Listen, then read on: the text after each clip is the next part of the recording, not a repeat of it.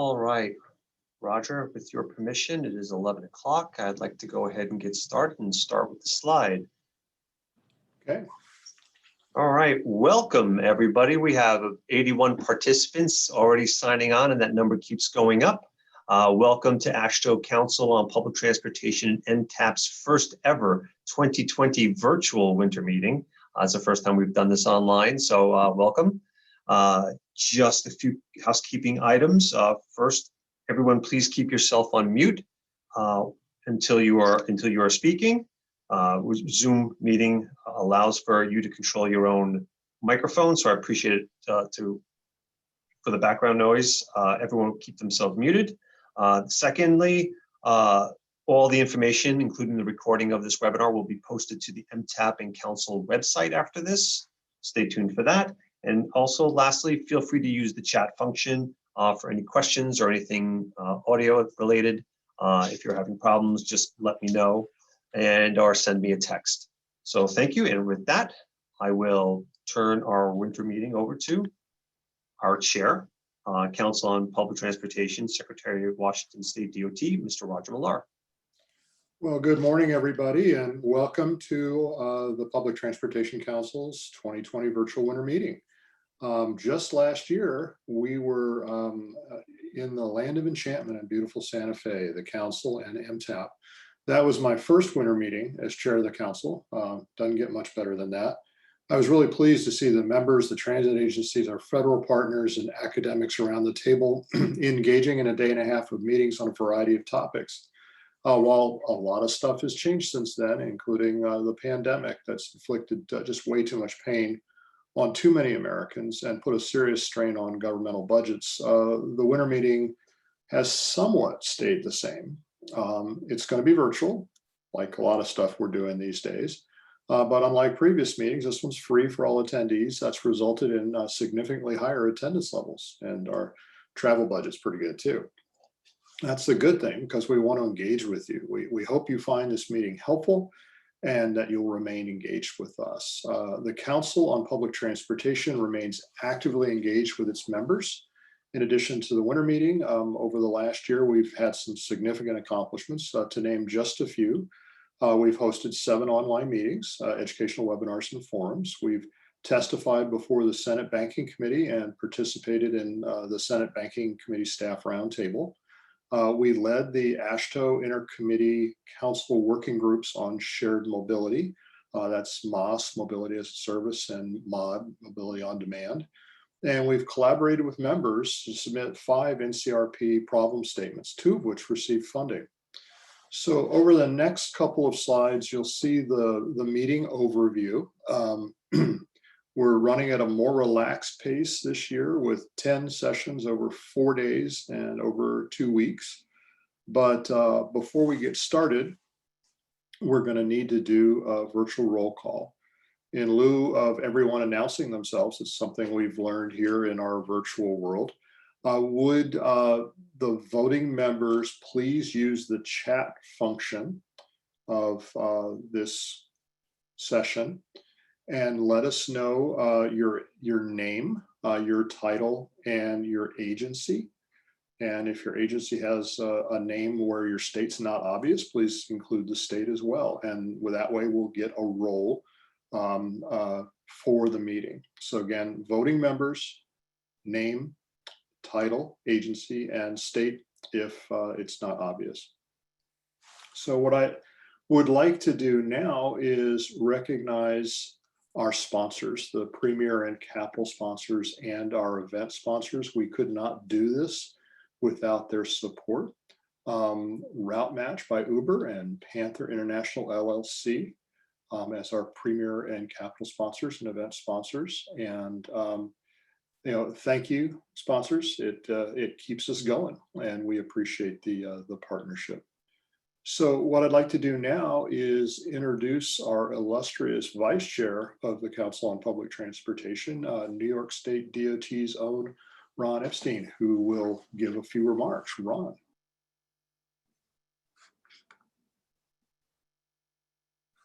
Ron may be on mute. Can you hear me now? Yes, can. Hey. Yes, don't you love this double mute? I mean, there's so many words that we're going to come out of 2020 with that will find its way into Webster's. Roger, it's a pleasure to see you. Good morning. It's actually a pleasure to see everybody, if it's only virtually. It's been a challenging time, and I would argue that the 2020 Scott meeting that we are going to be, having sessions over the next several days may be probably the most timely, the most relevant, and probably the most important dialogue that we have ever had as state DOTs, as public transportation officials, in this organization. The urgency before us is unprecedented. I am personally pleased that Jane Williams, the Deputy FTA Administrator, will be speaking with us momentarily.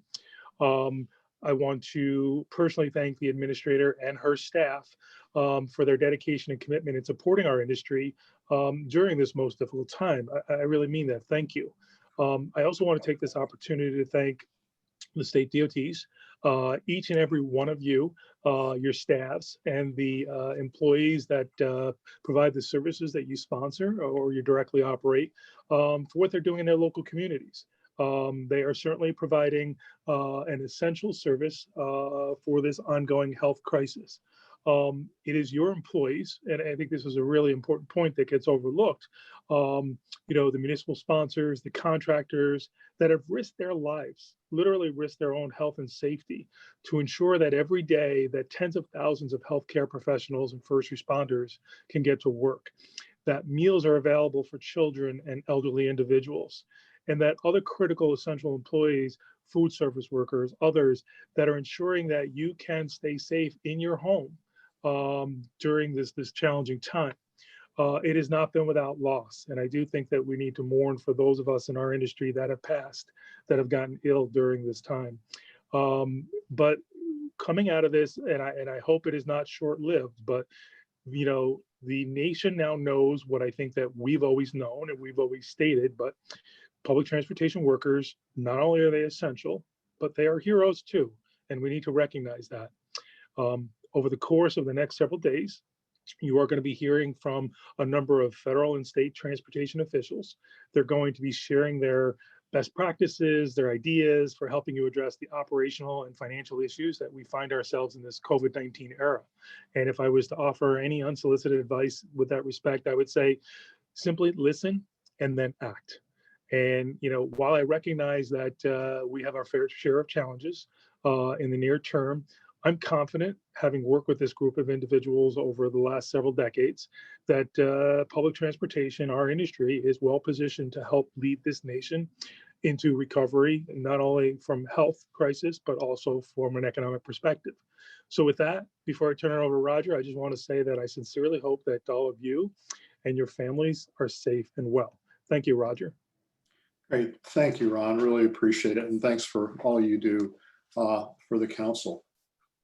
Next, I would like to introduce my friend and AASHTO's Executive Director, Jim Timon, for a few remarks, and he will also be introducing our very special guest this morning. Jim? Well, thank you, Roger, and thank you, Ron. I really do appreciate the opportunity to speak with you this morning. I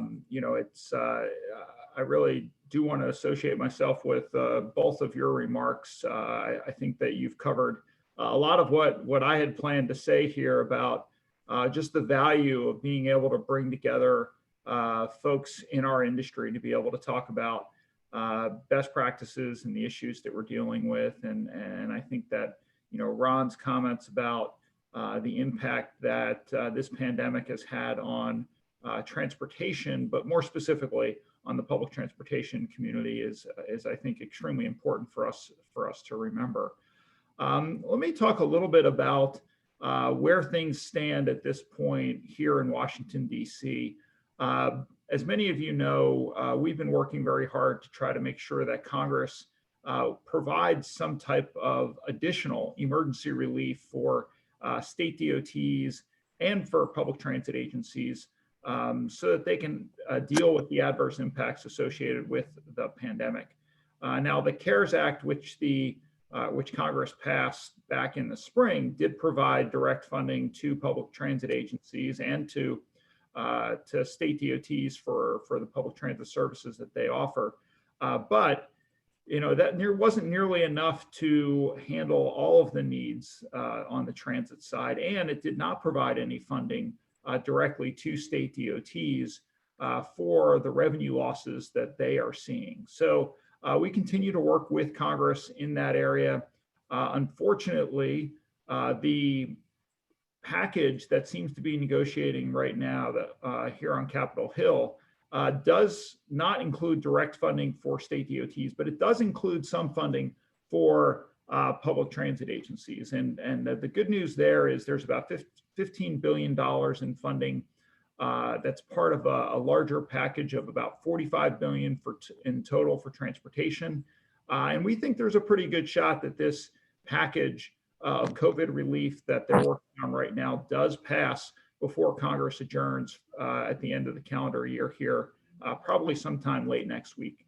There's talk about attaching that emergency relief package for COVID to an omnibus appropriations bill that they plan to pass by the end of next week. And like I said, I think that's great news for the transit industry and for state DOT community.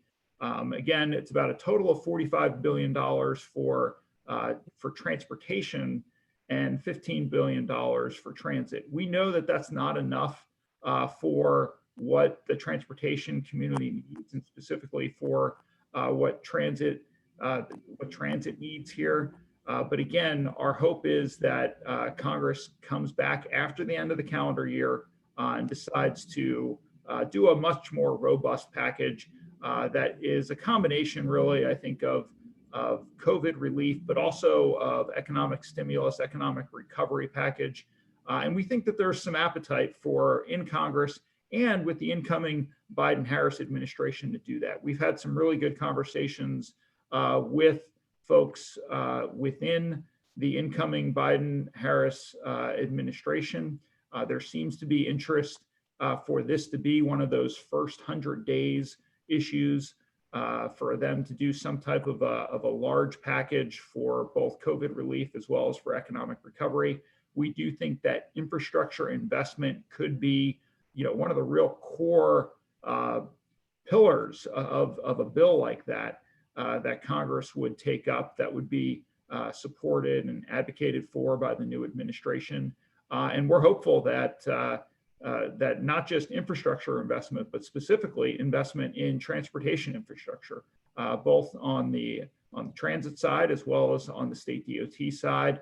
We think there's bipartisan support there, and we're hopeful for Congress being able to take that up soon after they come back after the end of the calendar year.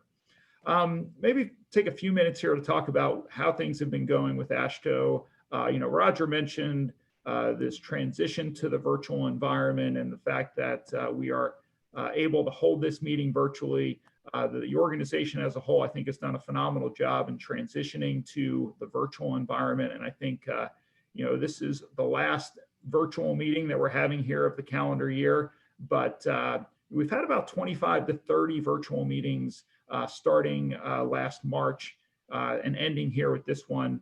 The largest meeting that we did clearly was early last month. We had our annual meeting. We held it virtually. We had about 900 participants, which is more than we would traditionally have in an in-person meeting. And this is one of the benefits of these virtual meetings. I think we've been able to cast a wider net and bring more people into these meetings, which is a good thing. And I do want to highlight one piece of activity that we had during our annual meeting. And that's the resolution that the board of directors adopted addressing systemic racism and issues associated with that.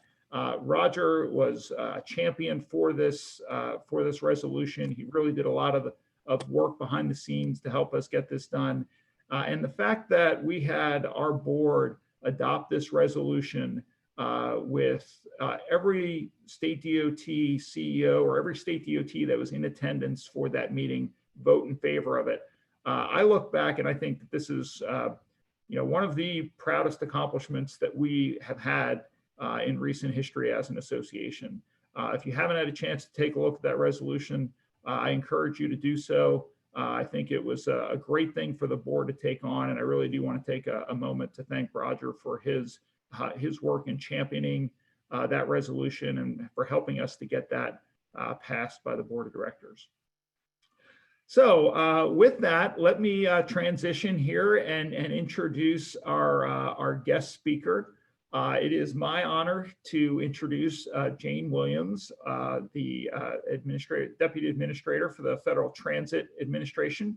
She brings over 20 years of executive experience to this role. She previously served at the Department of Energy and the Department of Labor under President Ronald Reagan, and the Department of Interior under President George H.W. Bush.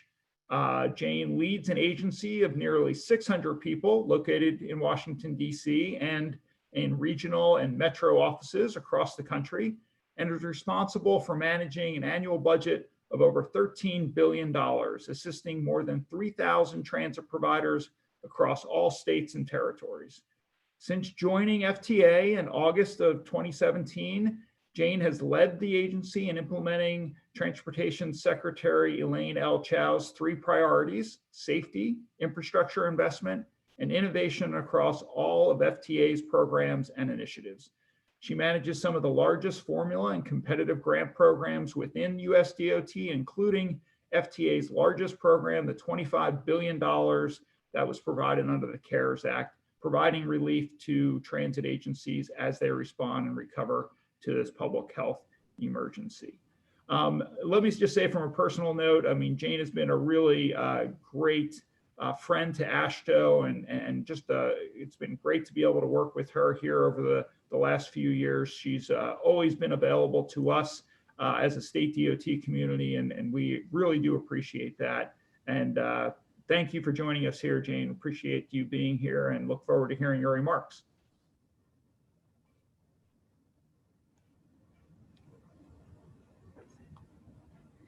Good morning, and thank you, Jim, for that kind introduction. And since the beginning of this public health emergency, I've had the opportunity to meet regularly with you and other association leaders during our industry calls. And our partnership with AASHTO has been invaluable in understanding the needs of state DOTs and transit systems as we work together to respond to and recover from COVID-19. So thank you for your leadership, Jim, as we continue to work together to support the states and the industry to improve public transportation for America's communities.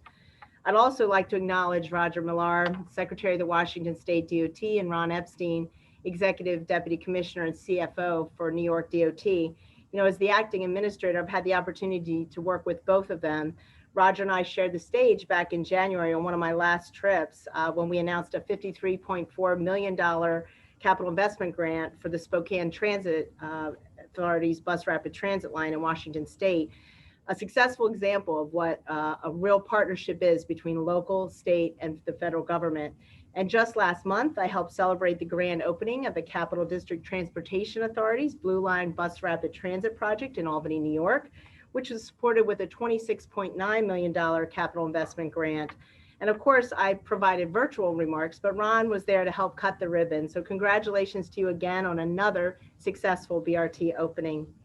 On behalf of Secretary Chao, thank you for inviting me to speak with you today to highlight FTA's support of our rural and small urban transit systems and how our productive partnership with AASHTO to advance public transportation across the country.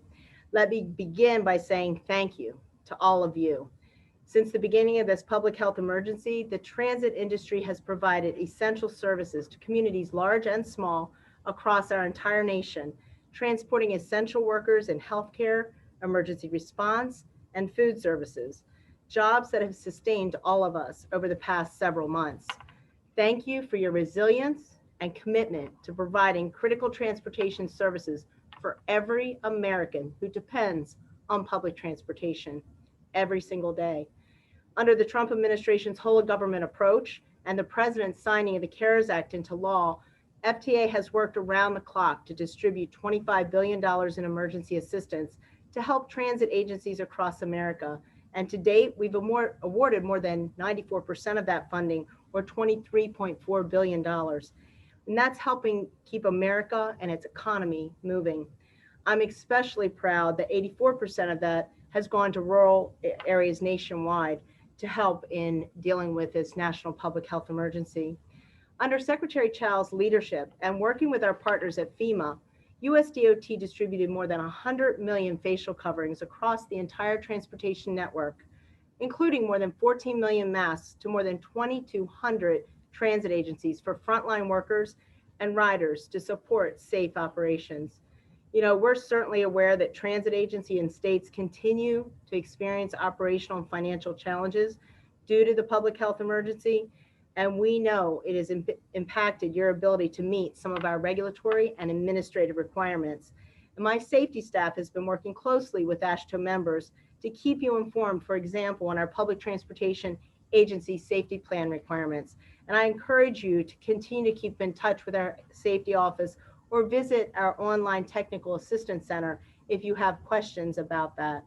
And to ensure that transit agencies can continue to prioritize their resources towards ensuring the safety of their employees and their riders during the public health emergency, FTA has extended eligibility for them to access emergency relief funding for operations related to COVID-19 recovery for an additional year. That eligibility now runs through January 20th, 2022. FTA has also provided additional relief related to grant reporting and civil rights compliance reviews as well.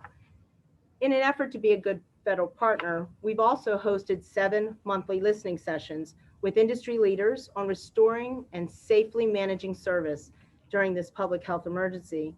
The sessions have helped facilitate an exchange of ideas to learn from each other about what's working and, quite frankly, what isn't. The sessions have also provided valuable strategies for transit agencies to consider as they increase service to support local economies, including ways to instill confidence in the safety of their systems.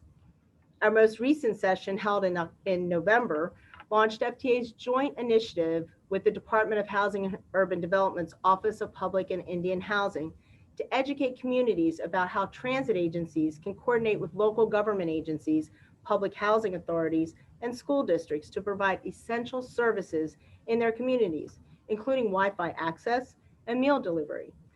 As part of that session, we heard from 4 transit agencies and a local housing authority about how they're helping their communities in unique ways during the public health emergency. One of the speakers was Julia Castillo, Executive Director of the Hart, Iowa Regional Transit Agency, or HRTA, who presented a rural perspective. Julia wears many hats, including serving on the review board for the National Rural Transit Assistance Program and as president of the Iowa Public Transit Association. And she is taking a proactive approach within her community. HRTA serves a very large area, 7 counties covering 4,100 square miles in central Iowa. As trips have declined 72% during the public health emergency, HRTA channeled that downtime into providing extra community services, including partnering with the local area agency on aging to deliver meals to homebound individuals in rural areas, as well as older adults living in HUD subsidized housing. HRTA even designated staff to call older customers to check in on them and to see if they needed assistance, and then provided the appropriate referrals to local agencies.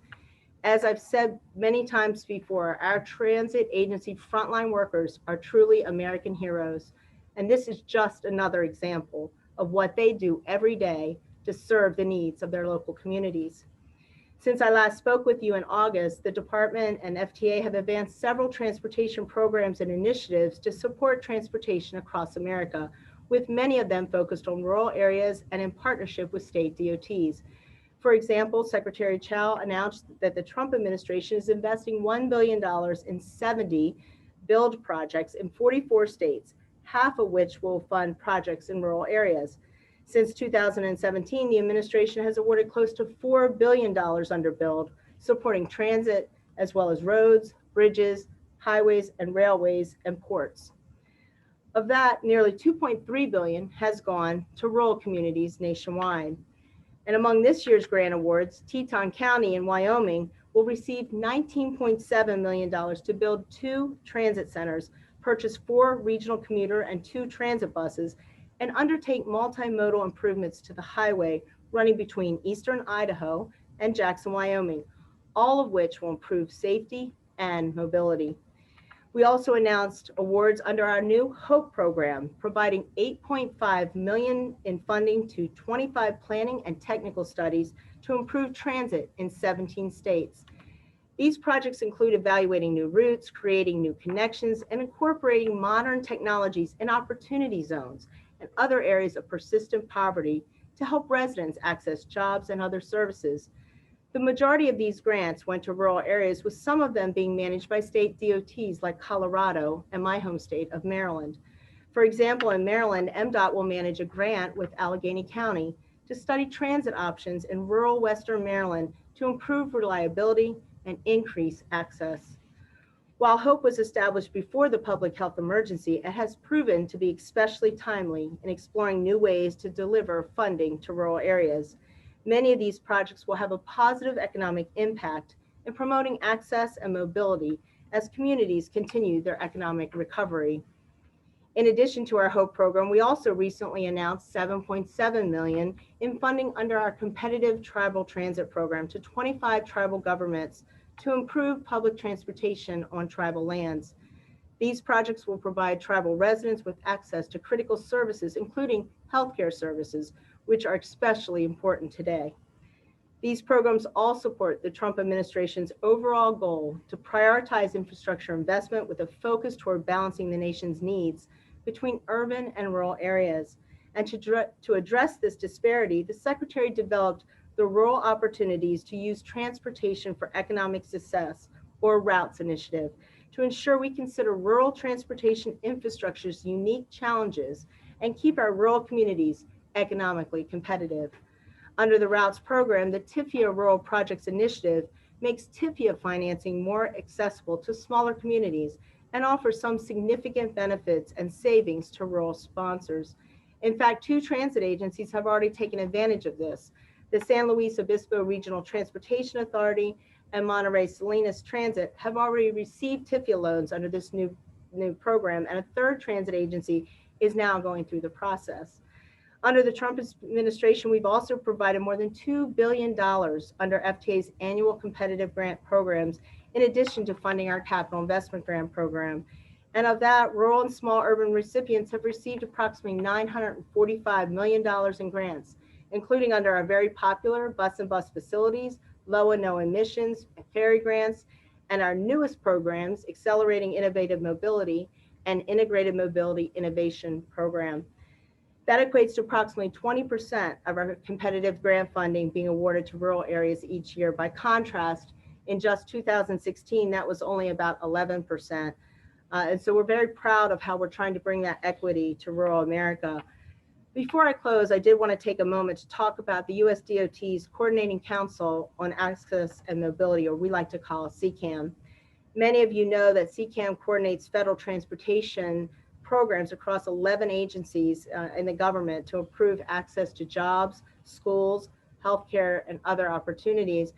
You know, before this administration, the group hadn't met since 2009, but by October of 2019, CCAM had not only met, but it had adopted an updated CCAM strategic plan covering 2019 through 2022.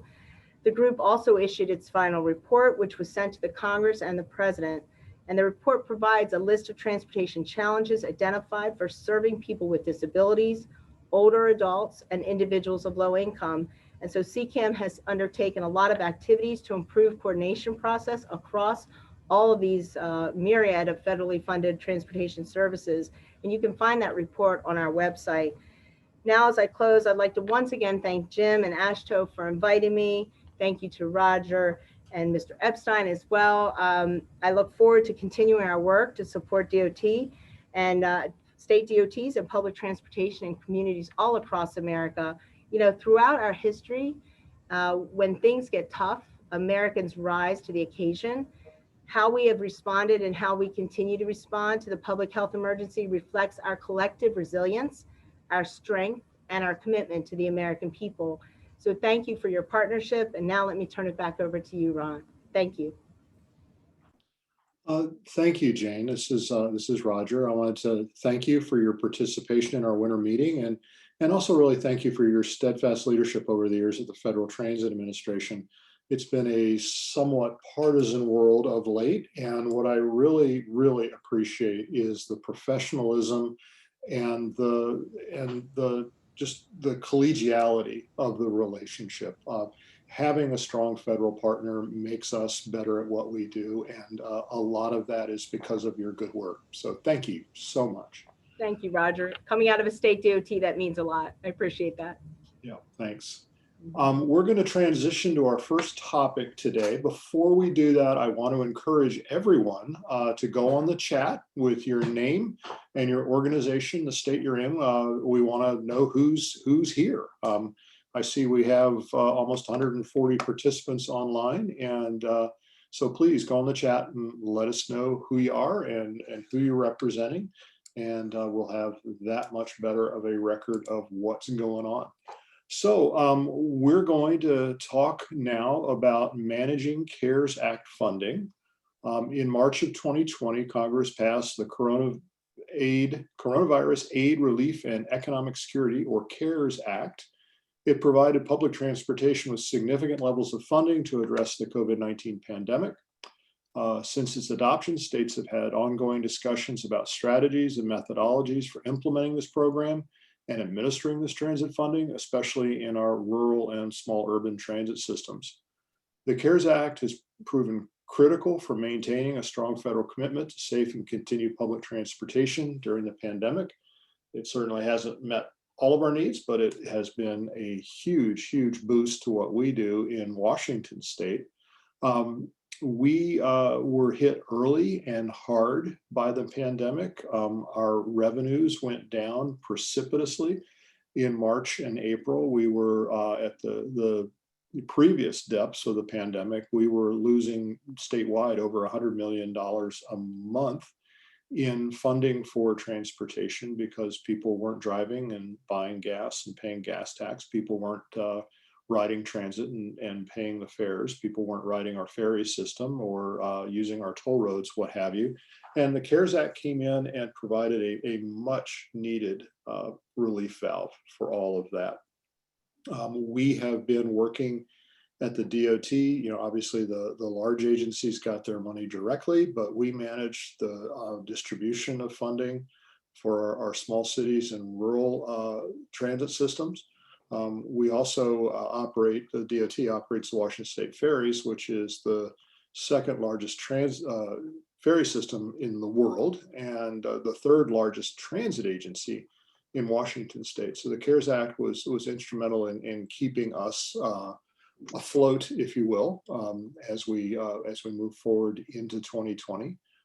We're ready for a little more relief and hoping that the Congress is receptive to that idea as well.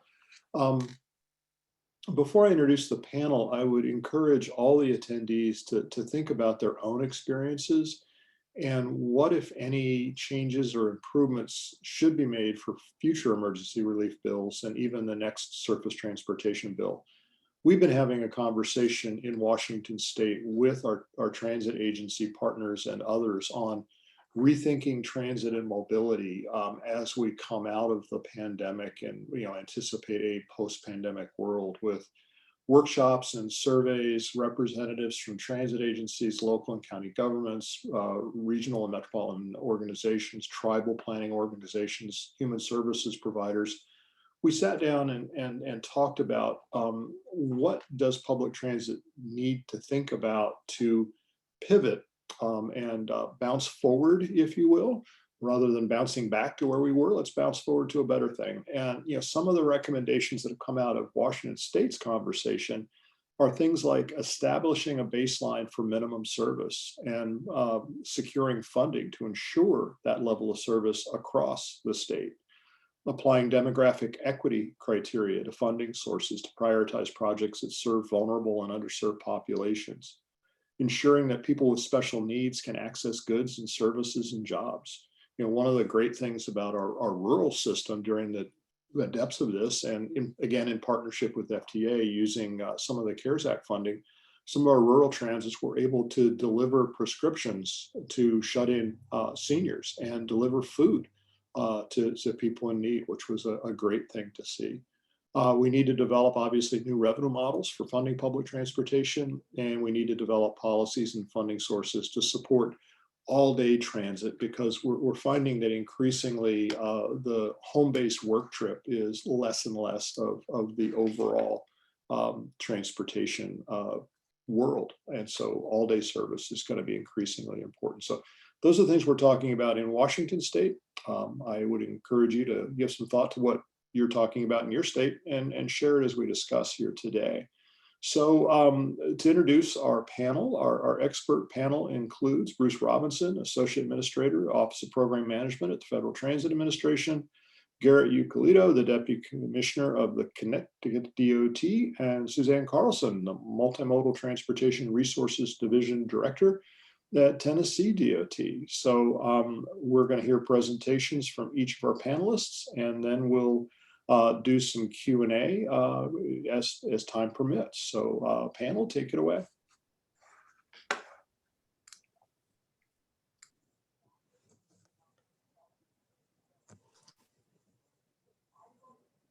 So good morning, everybody. I'm Bruce Robinson. I'm FTA's Associate Administrator for the Office of Program Management. I'm going to talk about our CARES Act funding, as well as provisions of our emergency relief program that allowed flexibility for the use of other formula funds. Can you go to the next slide, please?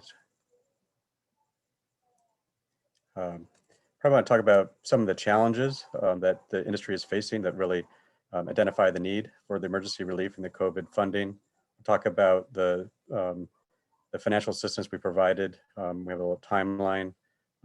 As I mentioned, there are also eligibilities under our emergency relief program that we were quick to introduce even before the CARES Act. I'll talk specifically about what's in the CARES Act and other relief that we provided, and looking forward to the potential future appropriations. Next slide.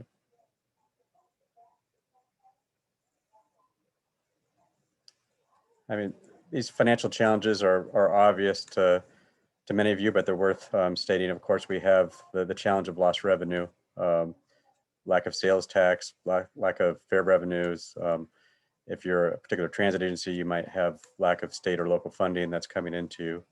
At the same time, our transit agencies had to make a number of operational adjustments that might have caused them to increase spending for their services related to purchase of equipment or more frequent cleaning, or providing additional services that they wouldn't normally provide.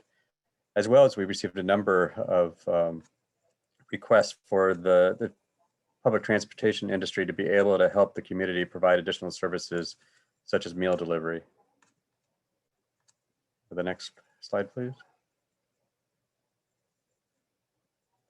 This is when we talk about lost fare revenue, for example. You can see just here the challenges that our industry faced with the drastic decrease in ridership as a result of social distancing. At the deepest decline in April, we were providing about 20% of daily trips. So it was cut about 80%.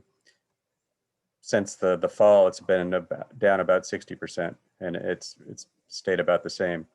So service levels are about 12 million weekday trips, so much below what the ridership is much below our normal ridership. Let's go to the next slide. So here's kind of a timeline. Early in March, we identified, we put a COVID-19 webpage and established a particular email, FTA response, to respond to questions from the transit industry. We received over 1,000 questions that we worked to respond to. March 13th, they declared the national emergency. And at that time, we increased the flexibility for our formula funds, the urbanized area formula funds and the rural area formula funds, or the 5307 or 5311 program funds, to be used through the emergency relief program. And we had the first major disaster declaration in New York on March 20th. The week after that, the president signed the CARES Act. And at that time, we started identifying ways to provide administrative relief. We had some notices of funding opportunity that were open at the time. For example, the bus program, we extended the deadlines by 30 days for the programs that hadn't already passed. Within a week, actually within 6 days, we published apportionment tables for the $25 billion in CARES Act funds. And the following week, Missouri DOT was the very first grant recipient for $61.7 million. We provided a series of webinars on the requirements of the CARES Act and the eligibility. And then previously, we had increased the federal share for operations under the 5307 and 5311 program to 80%. And in April, we increased that to 100% to match what was provided under the CARES Act.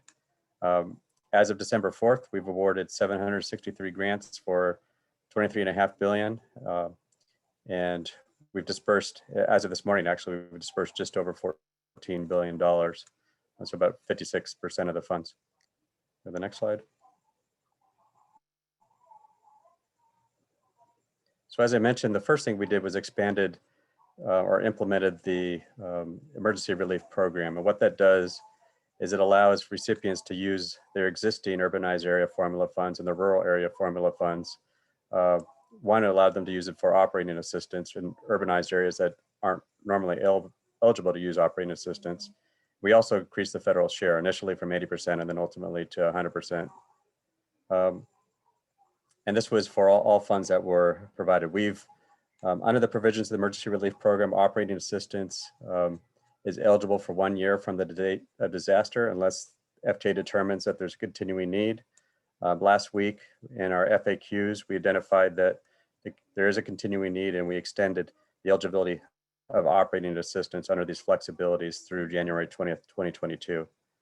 And as I mentioned, that's at 100% share for the program. Next slide.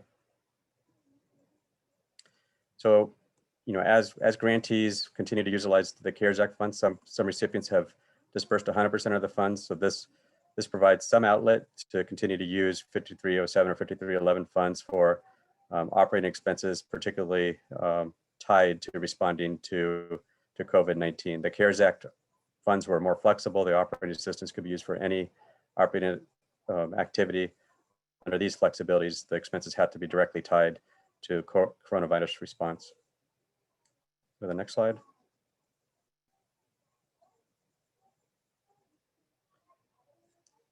And then, as I noted, on March 27th, the CARES Act was provided an unprecedented $25 billion for the transit industry. Funds were provided at 100% federal share. No local match was required. Funds could be used for any activity, planning, capital, maintenance, operating, any expense generally eligible under our programs, but the vast majority of the funds have been used for operating assistance, as you would expect. 22.7 billion went to the urbanized area program for small urban areas, large urban areas, and then 2.2 billion was for the rural area program, which includes 30 million for the tribal transit formula program as well. And the next slide.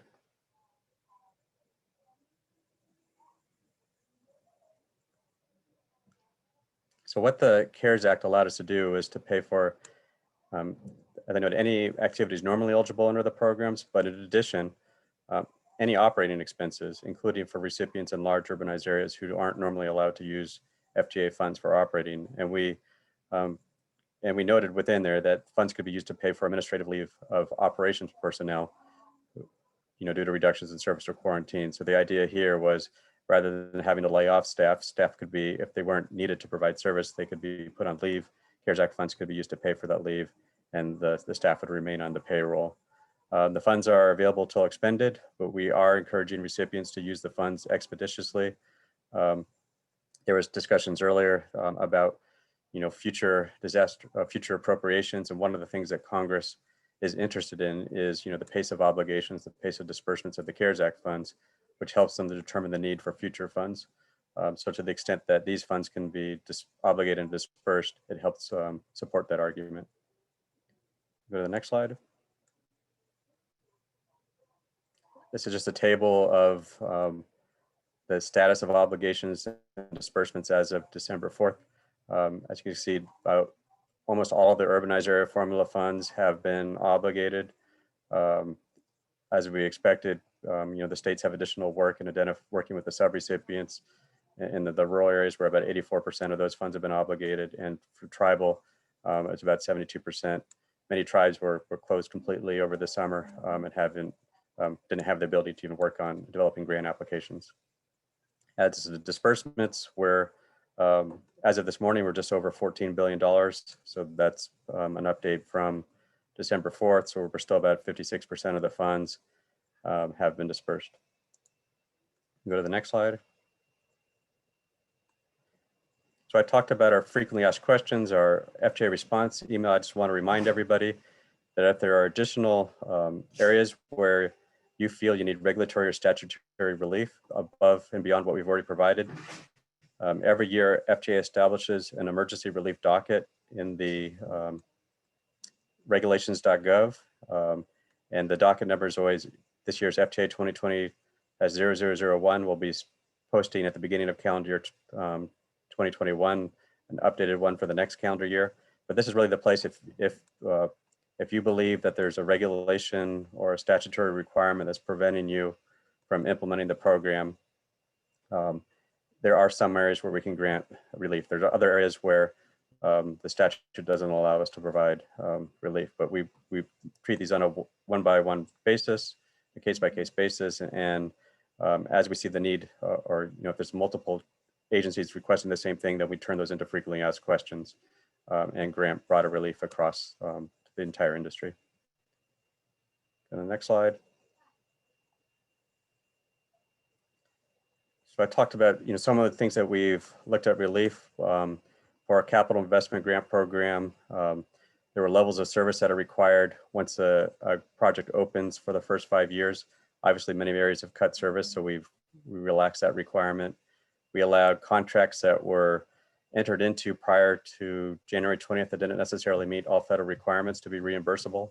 Otherwise, everyone would have, if a recipient doesn't normally use FTA funds for operating expenses, they would have had to enter into brand new contracts, which would have delayed it. We identified that third-party contracts can be modified to pay for admin leave for operations and maintenance personnel. Indirect cost rates that expired prior to June 16th were extended by a year. We extended the lapse date for some funds that were going to expire at the end of 2017 and 2018. Some of our programs have administrative set lapse dates. Some of them have statutory set lapse dates. And for the ones that had administrative set lapse dates, such as the tribal program, the 5310 program, we were able to extend the lapse by a year. We identified changes to the requirements related to NTD reporting. In addition, it's not noted here, but as we move into an appropriation for FY 2021, we will be using FY 2019 or calendar year 2019 NTD data. So the 2019 NTD data wasn't affected by coronavirus. As we move into the following year, we'll allow recipients to either use the 2019 data still, or to use 2020 data if they feel it's better. We expect most will use the 2019 data.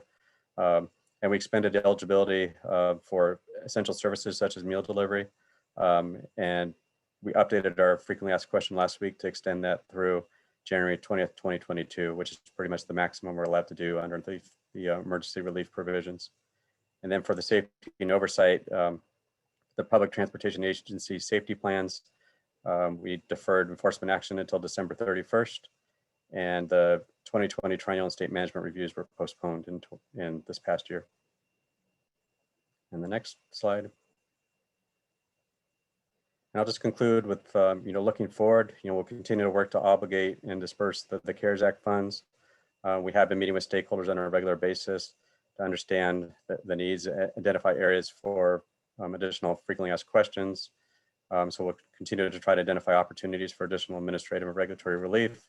And as additional relief measures are enacted, we'll work to provide the funds as expeditiously as possible. I just want to thank AASHTO for allowing me to participate today. And I don't know if we're going to answer questions now or at the end of all the speakers. Roger, we actually have a question. Great, we have a question. Richard, go ahead. Katie Patterson from Wisconsin DOT is asking FTA, do you know if there, and this is for Bruce, Do you know if there is any anticipated extra assistance for the 5310 specialized transit program for seniors and individuals with disabilities? I won't predict where Congress will end up with any bills, because they're in constant negotiations between the House and Senate and the majority minority parties. We have identified that as an issue, that wasn't a program that wasn't provided administrative relief or additional funding underneath the CARES Act. So they are aware of that issue, and we'll just have to see if that's in the final bill. That is the only question I have so far. Great. And if anyone has any other questions for Bruce, just drop them in the chat, and Bruce will ask you to stick around till the end here, and we'll move on to Garrett's presentation. Thank you. Okay. Okay, thank you, Secretary Millar. Thank you, Richard, and everyone at AASHTO. For those of you I haven't had the pleasure of meeting, my name is Garrett Euclido. I'm Deputy Commissioner at the Connecticut Department of Transportation. I want to talk about what we've done here in Connecticut with our CARES Act funding, and in general responding to COVID as a little setup. So next slide, please. So really briefly, this is what I plan to cover today. Talk about what we did to respond to COVID, the impacts on our transit system, how we've managed the CARES funds, and then next steps for us here in Connecticut. Next slide. For many of you who probably have never been to Connecticut, this is a little snapshot of what our system looks like. 3.5 million citizens. I think the key for us there is in the middle part, covering the graphic of our state, where we have 2.8 million registered vehicles, but we had 41 million train trips and 38 million public transit trips on our system in Connecticut over the previous year. Obviously, 2020 is going to look a little different in terms of metrics. Next slide. So really want to focus on our bus system. We have 20 providers in our state. That's 5 rural transit districts, 9 urban transit districts, and 6 private contractors who provide service under the umbrella of various services. Our largest umbrellas are CT Transit Express Routes, and CT Fast Track, which is a bus rapid transit system. We also have the ADH paratransit services. And Connecticut is a little unique in that we, the CT Transit umbrella is closely tied to us as an agency at Connecticut DOT. It is, part and parcel for the services we try to provide under one flagship brand for the state. And it actually, we are the recipient. We partner with First Transit, who is the manager of the system, but it's a legacy system back from when streetcars ruled our streets. And over the course of the 20th century, it evolved and ultimately became its own little entity that Connecticut currently operates through CT Transit to benefit the entire state. Next slide. So this is a crude map showing all of our bus routes in the state. I cut off the little part in Southwest Connecticut, couldn't fit it, but Hartford, New Haven, and Stamford, which is in Southwest Connecticut, as well as Waterbury and a few other parts of the state, all operate under the CT Transit umbrella. We have other parts of the state, most notably Bridgeport, which is Greater Bridgeport Transit. Bridgeport is our largest city. They have their own transit district there. And then Southeast Connecticut has their own transit system as well, and then some rural transit districts. But I'll come back to this map in a minute. So if you go to the next slide. So I want to touch on what we did here in Connecticut to respond to COVID, and this will help provide the setup for what I talk about when we talk about how we've been managing our CARES funds. So bear with me. As soon as it became clear that COVID was going to become an issue in our nation and in our state, we started having daily meetings with all of our transit providers via phone to talk through preparations, to begin to set a baseline of what type of data we wanted to collect, and to figure out how many supplies they had for PPE and cleaning supplies. During the course of those calls, we collected all that data. The staff of our public transportation team did yeoman's work to try and to pull all that together. Continuing with those calls, we made joint decisions statewide across all of our systems, all of our transit districts, as to when to suspend fare collection and front door boarding, and implement rear door boarding where it was physically possible. The fact that we did that system-wide across the entire state really was helpful for continuity of service, for continuity of service levels, and providing that uniform operation, because many of our commuters, they don't oftentimes know that there's a difference between who's operating their bus. And so to be able to have that uniform rules in place was really helpful from a passenger perspective. We also continue to run full service. We made that conscious decision to try and run full service wherever possible, to ensure that essential workers could get to work at the hospitals, at the nursing homes, at the supermarkets, and everywhere they needed to go. The map I showed you previously, that was created by our staff here in our Public Transportation Bureau and our Enterprise GIS team here at the Connecticut DOT. That did not exist before, so they worked feverishly to map all the bus routes in the state, getting the data from all of our transit providers in our districts, and laying it into a GIS map, which did not exist before, and then including layers that layered out all of our critical facilities, all of our hospitals, all of our nursing homes. So as we were facing the risk of having to suspend service on certain routes, we could ensure that it did not provide service directly to specific critical facilities. That if we had to suspend service, we would redirect those cuts to underutilized routes that would not impact critical facilities. Thankfully, we did not have to reach that point, but we prepared for that eventuality.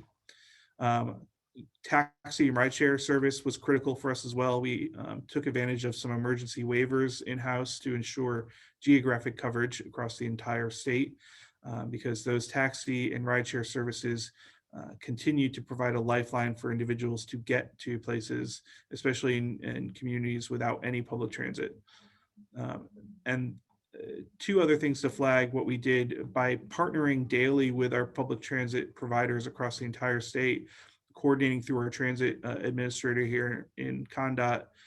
We were able to get our public transit workers into the state managed rapid testing service that we implemented in April.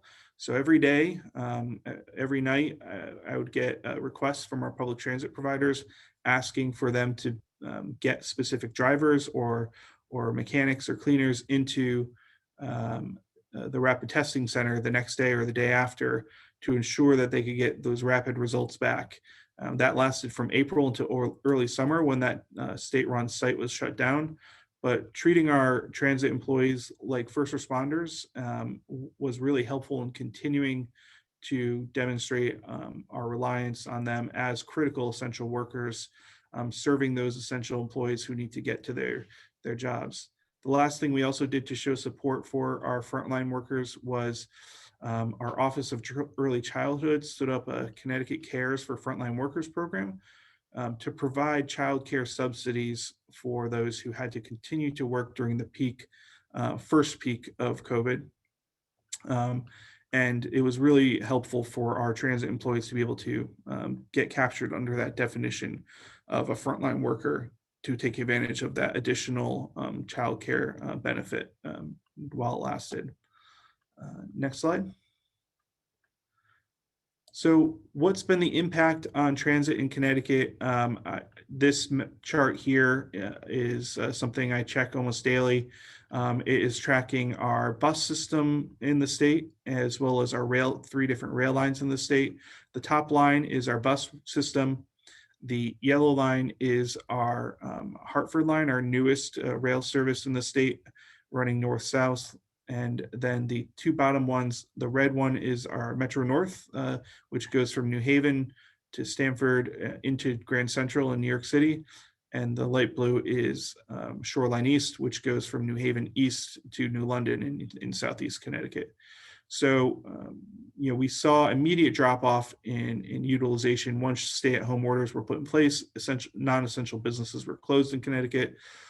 We were able to use this reduction in service levels on the bus side to maintain social distancing, and by partnering with our state's Emergency Operations Center, Emergency Support Function 7 for all you government folks, ESF 7, we procured PPE, masks, and gloves and cleaning supplies through ESF 7 and provided that to all of our transit systems in the state to ensure they had a constant supply, and we're continuing to do that to this day. That kept our drivers working. It kept services running and allowed those services to be there when individuals started to come back to the service. So bus, you see, we really only, the lowest we ever went was a 55% drop in bus ridership. And through the course of the summer, it picked up. Into the fall, as cases started to pick up again, it's dropped again. But we did things like suspending fares on March 19th at the peak, start of the peak. Started rear door boarding, and back in October, we re-implemented front door boarding and fare collection once we had driver barriers installed in every single one of our buses that could accommodate them. And we did that jointly throughout the entire state for our entire CT transit system. The bottom, the rail side, that's a totally different type of discussion. Many of them are different types of users of our system. They're not entirely transit dependent for the most part. Many of them use it as a commuting option to get to jobs, but they're not 100% transit dependent. Many of them do have vehicles at home. And currently, many of them are teleworking from home. Next slide. So the other thing we did during the course of COVID over from March until the summertime, when we had a reduction in utilization, we partnered with a group called Govern for America to do an equity analysis of transit utilization during COVID-19. That's on the left side. It's located on our public website at the Connecticut DOT.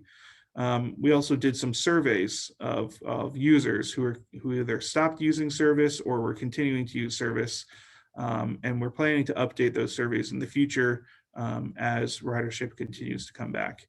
But for me, what's most critical is on the left-hand side, the equity discussion.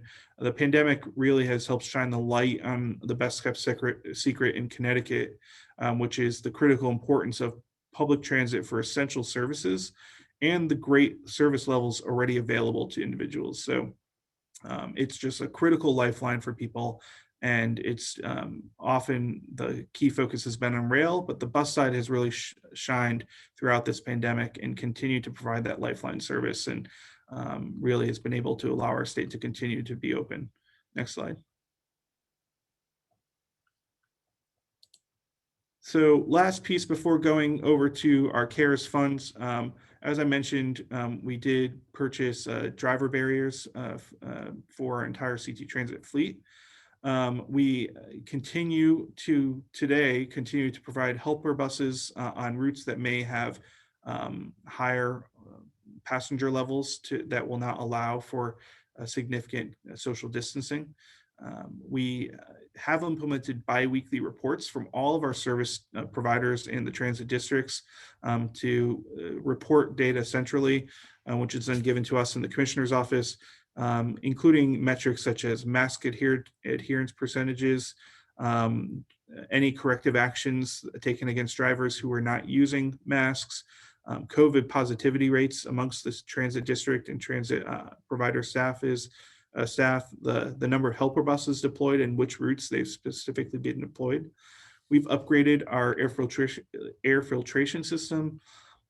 We continue to have every few weeks, we have blanket mask distribution events where CT DOT staff, CT transit staff, and transit district staff from across the state all go out to central hubs and distribute masks to a lot of our riders and just the general public. We want to get as many masks out there as possible and encourage utilization. And what we've seen, and I ride various systems in our state every single weekend, and I'd say for my tracking, 90 to 95% mask adherence rates on our buses.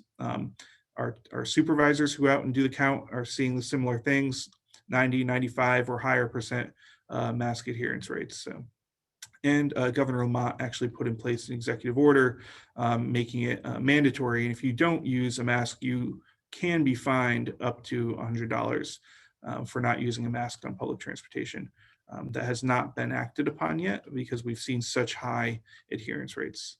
And lastly, continue enhanced cleaning. So all of this has put us in a good position to continue service, but none of that would be possible without the support of FTA and the CARES Fund. So if you go to the next slide. So when this first passed and it was provided to Connecticut and guidance was issued by FTA, this chart here shows exactly the level of funds that were apportioned to Connecticut. We had to figure out how to distribute the $487 million. We are the grant recipient for 5311, as it says there on the slide, and it passes through to the rural transit districts as subrecipients to the department. For 5307, they go out by urbanized area, and we have to have split agreements. And then the intercity cares, that was new for us. So I'll talk about that in a little bit more depth, but all of the cooperation and the partnerships and the data collection that we cemented at the very beginning of COVID lockdown in early March really helped us and our great team here at ConnDOT to work with our partners out in the transit districts and the service providers to analyze and prepare the split letters for our funds. If we didn't have the data collection in advance, and if we didn't have the uniform approach to fare collection, to front door boarding and rear door boarding, to how to handle distribution of masks and getting the masks from state ESF 7, we would be in a different situation and how to approach the distribution of our funds. So if you go to the next slide.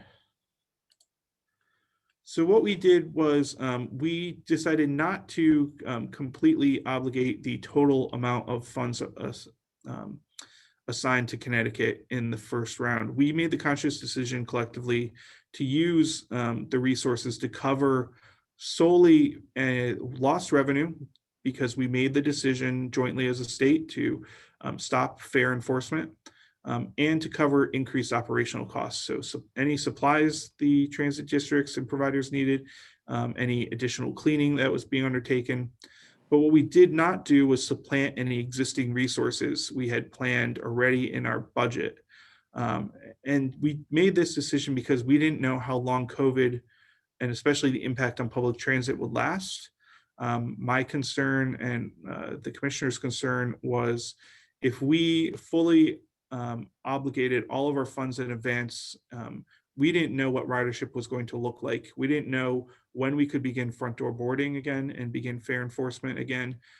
So we wanted to hold some in reserve and see what was happening with the virus and what was happening with public transit ridership.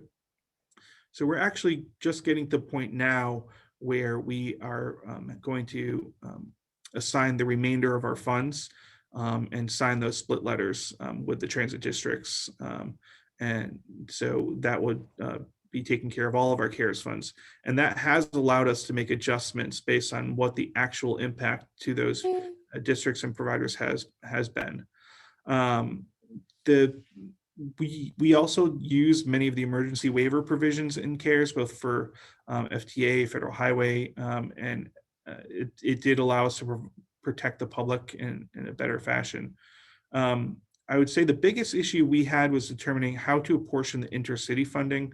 We've never had contractual agreements with one of the providers in our state, and we didn't have any information on the private company's financial or operational specifics of their business.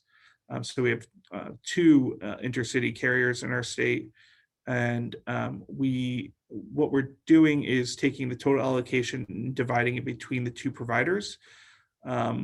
We just made the decision to do this by using their 2019 miles they provided for January through June, and create a percentage between the two, and splitting it that way based on what they did in 2019, not based on what they did in 2020.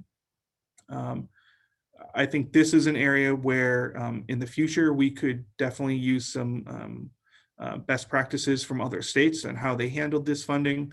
As a small state, we've never had to deal with the intercity piece before.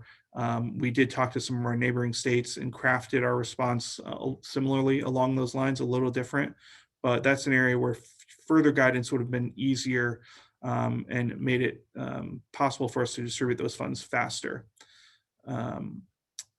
So before I close out, just want to highlight again, for us, the key thing has been using these funds to cover the lost revenue, which for us was because we knew everyone stopped collecting fares all at the same time. It was easy to anticipate that. We've used it based on historical average from each of the transit districts in our state. And we also had routine collection of data in terms of operational cost increases. And we collectively as a state procured PPE and supplies for the transit districts. So that did not have to come into calculation for most of the CARES funds. And I'll be happy to answer more questions as we open it up for questions on this. I think there's a lot to dive into. So if you go to my final slide. So just to wrap up, and then can't wait to hear what Tennessee has to say, but I would just be remiss if I didn't use the opportunity here to thank the FTA for their support during this time. Thank the US DOT for allowing us to use emergency waivers to protect the service and the public. But most importantly, I want to say a thank you to everyone working in public transit across the country. What you see there is while students were stuck home, we ran a student poster contest for kindergartners through 5th grade in our state to thank bus drivers and other public transit workers who we deemed here as moving heroes and essential workers on wheels. And the winners actually had their drawings produced by our sign shop here at DOT and placed at bus stops all across their community to try and put a smile on people's faces as we deal with this collectively. So thank you, and thank you for having me. Thanks, Garrett. This is Roger. We have a couple questions in the chat. One from Don Chardock at Washington State DOT. What information did you have your 5311 providers give you to determine the awards that you gave of CARES Act funding? Yeah, so it's been so what we've been using is a lot of the mileage, historical mileage. One of our providers suspended service entirely for a couple months. So that was a difficult part to try and balance out someone that proactively suspended service versus another provider that continued to provide service. So that was a piece that we had to balance, but we collected historical mileage as well as all mileage executed during January to June of 2020. Because we started the process in June, we didn't want to collectively update it every single week or every single month. So we just used January to June, as well as January to June 2019, compared the mileage that was conducted during those times.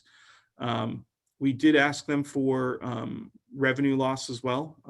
So how much revenue they collected from the routes in Connecticut for 2019, as well as revenue for those routes, they execute in Connecticut during 2020 and did that comparison based on mileage. So for 5311, that's really what we asked for those pieces. And so I'm sorry, just to follow up, just to clarify, and also we're talking about 5311 and not the intercity bus there, right? Yeah, well, so yes, you're right. So that those were for both the intercity as well as for our rural districts. Got it. And so then did you end up just essentially using a formula based on miles? So what we did for intercity was the formula. What we did for rural districts, because Connecticut, we basically fully fund. The local share is so minimal that the state provides the matching funds in Connecticut. So we get all of that data anyway as the designated FTA grant recipient. So they have to provide that to us anyway as subrecipients. So we used that direct data to ensure, our goal was to ensure that they are continuing to provide service in those rural areas by providing us exactly. And once we knew that fare collection stopped, we were able to determine historically how much revenue they'd be collecting, which is minimal to begin with. Thank you. Great. And Garrett, Rachel asked us, you may have answered it already, but just we'll make sure. How did you determine how much was considered lost revenue? Did you compare it just to the prior year, or was there more analysis that went into that? Yeah, it's a great question. So because we all stopped on the same day of fare collection, it was easy to predict what we would have seen going forward if it was a non-COVID year by looking at 2019 data, 2018 data, 2017 data, looking at those historical trends for those transit districts and how much they collected in revenue. Connecticut, as I said just before, we have an appropriation from the state every year that we then just use to distribute back to the transit districts to provide a large portion of that match necessary for FTA funds. So we get financials from all of the transit districts routinely. So we're able to use that historical data. Our team in our public transit bureau, it's around 100 people that run both the bus and rail system for the entire state, and they do an amazing job. And so they use that historical data to predict what that fare box revenue loss would be because we just stopped full fare enforcement. So it was easy to just use a historical marker there.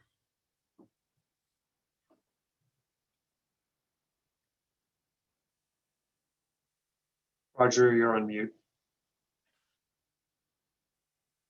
Well, it's Tuesday. About time I got caught on mute. We are going to move on to Suzanne. But if any of you have questions for Bruce, for Garrett, or for Suzanne, please put them in the chat, or feel free to just jump in like Don did. We pretty good at our etiquette. I don't think anybody step on anybody else, and also be thinking about the benefits and the challenges of the CARES Act. What advice might we want to give as an organization to FTA in terms of how to administer any new dollars that might come our way? And ask those questions, because if you don't ask those questions, I'm going to have Richard reach out and touch people. It's going to be his call, and you will be dancing for the duration of the time that we have. So with that, I'm going to turn it over to Suzanne, and looking forward to your presentation. Great, thank you. I think this will be a nice compare and contrast with a lot of similarities and probably some interesting differences from the previous presenters. So I'm Suzanne Carlson. I'm the multimodal director here at Tennessee DOT, and I've been here about not quite a year and a half. So I was here about 6 months when the virus hit. Just briefly about myself, I had previously been working in Memphis for a group called Innovate Memphis, which was one of the Bloomberg innovation teams. Worked in Seattle, hi Washtenaw, and in Chicago as well prior to that. So my experience coming straight from an innovation delivery team, I think plays out in how the CARES Act, how our thought process went. So go ahead to the next slide. We'll just keep that up, but I'm going to give some introductory remarks here. Oh, my apologies. We had a little formatting error happen in transition. Um, so, the way I was doing my work at Innovate Memphis was we were kind of a consulting arm to government. So we would take pretty intractable problems, of which Memphis has a handful, and then take fresh eyes to them and look at, try to gather as much information as we could and analyze the problem, do a deep dive, and then develop ideas, iterate, prepare to deliver on the ideas, and then deliver and adapt. So have things hit the ground and then see how it works and then circle back and look at it. So when the pandemic hit, which incidentally was several days after a tornado, which literally hit my house. It's okay, but it was pretty close in my neighborhood, so we were dealing with some twin disasters. We had to move really quickly, as everyone did, and at the same time try to be thoughtful and think of what could have the biggest impact. So, probably a few of you on the call here knew that as a newer director, I was reaching out to folks thinking, what am I missing? What are the opportunities here? What can we do that's both quick and responsive, but also make sure, as Garrett was talking about, that you kind of know what's happening on the ground and you're able to make some adjustments as you go. So I don't have a lot of images in my slides, and I also have nothing drawn by children. So note to self, next time, images drawn by children would be fantastic. We do have transit in all 95 counties in Tennessee. So I think that makes us a little bit different, that we've got coverage through our human resources agencies to cover transit throughout Tennessee, as well as as you see here, our 4 large urbans and our 9 small urbans in the 5307 program.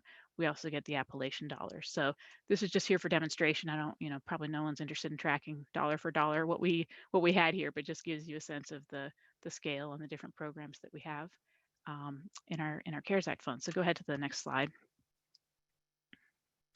So I realized I put all my spoilers straight on the slide here, but we did iterate and sort of think hard about the first 50% that we rolled out. So we kind of decided early on to do it that way, to do 50% and then to get the dollars out and then do the lesson learn and see what we could learn for the second 50% of our funding.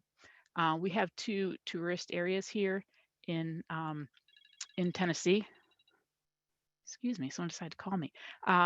Pigeon Forge and Gatlinburg, if you've ever been to Dollywood, they have really robust transit systems there. A trolley that's very heavily serves a lot of tourists. So they actually have really high ridership. So we have kind of an interesting rural system with really high ridership. So for the 5311 rural subrecipients, and like Connecticut, we are the recipient and we allocate out the funds to our subrecipients. We decide to use our existing methodology. If there's one thing our transit providers like, it's consistency. They like to know how many dollars are coming and how they can use that, what the parameters are, and then hit the ground running with it. So we wanted to, instead of sort of throwing our methodology up in the air and coming up with something new, we used the existing methodology. And we also had just developed this formula a couple years back, and we had just finished transitioning into this full new formula. So for those tourist areas, we sort of take them off the top, given that they do have the fixed route systems and they operate a little differently and ridership really looks different. We allocated them first. We took about a 6-month, no, excuse me, about a 60% of a full year of their operating expense. So we gave them, maybe a little more than a half year of expenses so that they could stay healthy and keep rolling. I will show you later, they actually didn't keep rolling. They were one system that did shut down early on. After that, we allocated the formula to our human resource agencies and development districts. And you can see here, this is what our formula looks like, population. We separate out contract trips. We've got very robust 10-care Medicaid contract funding. So we separate those out because they're already paid for, and do the public passenger trips and revenue miles. And then we calculated out what that would mean in terms of operating to make see how long they could stay healthy for if they were at a full burn, and it ran about 8 months per agency. Some 6 months, and then some more like a year, depending on their cost efficiency, but roughly about 8 months. We also did the 5311F intercity bus study. We had not funded those private companies before. If you can picture Tennessee, it's extremely long, and we connect, Texas to Washington, D.C. We connect folks from the South up to New York and Chicago. So we have Greyhound running very robustly across the state, and they really can't cut those routes. So we've always, and we have really great coverage through our rurals. So we had not previously funded the 5311F, but we kind of, we did the consultation, but we also learned from our peers. I think we looked to all of you to say, this is what's happening. Greyhound is getting their funding through the 50 states, the way CARES was set up. And so we're going that route as well. We have not executed contracts with them. And we have another smaller provider called Miller Transportation. Actually, Richard, if you skip ahead 2 slides to where it says evaluation, we did, before getting to the second part in terms of sort of iterating and seeing how the dollars hit the ground, we did do an agency survey as well as keep in constant touch with folks and with our transportation association. So we did a survey in August. Unsurprisingly, everyone said that the CARES Act was helping, that these were really essential funds to keep essential services going. Won't go over this in detail because I think everyone sees the same thing. The primary use was they were spending on administrative leave, quarantine, keeping trained drivers around so that when service, as they had cut service, when service came back, they would still have that driver force. Some were using drivers for the cleaning regimens, but that was the bulk of the expense was drivers, as well as cleaning, PPE, and then of course replacing revenue that had been lost that typically was coming from other sources. I learned through this exercise that when you're someone's funder and you give them a survey and you said, how well is it working? They go, fantastic, your staff is great, super complimentary. So we had to prod them a little bit. I guess one of the agencies actually said, does Suzanne really want to hear what we think? Like, is she really asking us this question? And I did. I really wanted to know how it really was working, not just, thanks for the money. So we had to push them a little bit, but they said, it's working great. It's quick. It gives us the necessary money. It reduces it. It's 100% federal. They did want more information up front. They wanted to know what their full allocations were, what the timelines would be, would their old contracts, their normal formula funds be extended? What would that look like? Would they get any of that money back? What would next year's funding look like? And how long would those contracts be? And what flexibility could they have within all of that? So that was probably the biggest takeaway was, like I said, they like that. They like the transparency as well as the reliability. So they were just kind of looking to have as much information up front so they can make good decisions. So if you go back up the 2 slides, then when we did the second allocation, we just stuck with that same methodology. We said, hey, these are our experts in the field. They know what they're doing. They're delivering service and getting people to essential services all across rural Tennessee. Ridership had not dropped as much in the rural areas as elsewhere, probably partly thanks to the lower exposure, if you will, in the on-demand systems. They're not being exposed to as many other passengers, and distances are further. People really rely on it to get to services. So we did roll out the after taking the 15% out for intercity bus, we gave the additional 35% to our agencies, and we did not hold any back for statewide purposes, which we explored. We thought about safety marketing, like, it's safe to ride transit. This is what some of the protocols look like. We thought about some of those expenses, but we have other funds to do. And I'll say we actually have a very small staff too, so we're not able to do some of the cool things. I took some notes on what some of the other presenters talked about, and if we can get a little bandwidth, would love to know a little more about mode shift and other things happening in the field. But go ahead to the next one on the 5307 program. So in this case, it's interesting. Our formula was undergoing revisions. Many of you know Caitlin McClanahan on our staff, who's been talking about the urban donut issue and how we serve sort of the outlying ex-urban, if you will, areas within the service area that aren't served by our fixed route providers. So we had especially in one area, the Tri-City area, we had a demand response provider providing service who wasn't getting money off the formula. So long story short, they wouldn't get money through the formula. We couldn't really use that because we had a consultant reworking it in real time. So in that case, we went for operating expenses. So again, just keep everyone whole, no winners, no losers, get the money out as fast as you can. So we looked at the NTD data, transit database data as to people's burn rates last year, and rolled out the first 50% in that way to get it out quickly. So again, about 8.5 months worth of full funding. So, and again, just to go quickly over, we did end up redoing the formula, getting that ready by the time we did the second allocation. This is a little off topic, but people seem to be interested in formulas. So we did pretty good public engagement and agency engagement to find out, what did transit mean to their communities? What does it really look like? What's important to not just the agencies, but to the communities in terms of provision of transit and funding of transit. So again, reliability, those sort of predictable variables were really important to them, as well as equity and making sure that low income individuals were represented in the formula. We had a bunch of equity metrics, and we decided to use that somewhat as a proxy for other measures. Excuse me. And then ridership, a little bit of an incentive to keep ridership levels up or figure out ways within their system to increase ridership. So we did passenger trips, passengers by passenger revenue miles, which may be complicated, but not going to get into that today. And then of course, vehicle revenue miles, because with our demand response providers, that's an expense, how much area are they covering, as well as where the locals providing match. We do give a little bit of a weight in our formula to the match they're able to provide. And then again, not something to really get into much today, but within the UCAs that have the multiple agencies, we do have a way to allocate between the passenger trips and then the coverage area. So again, trying to weigh between sort of how a fixed route operates and then the higher expenses with mileage with your demand response. Go ahead, next slide. I think I probably have to speed up a little bit here. Let's see, yeah, I already did the evaluation part. So just to give you a sense, we do have access to the information about how everyone budgeted their funds.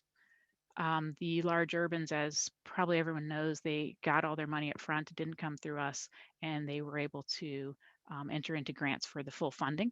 And so you'll see that, as everyone said on this call, operating assistance is the biggest expense, 75% for them. I just highlighted the top two. Everybody was pretty much operating in capital in the urban areas and taking advantage of that 100% federal dollar to buy some new equipment as well. And then on the rural side, a little bit different. It's just called emergency relief operating in the line item. That's still about 75%.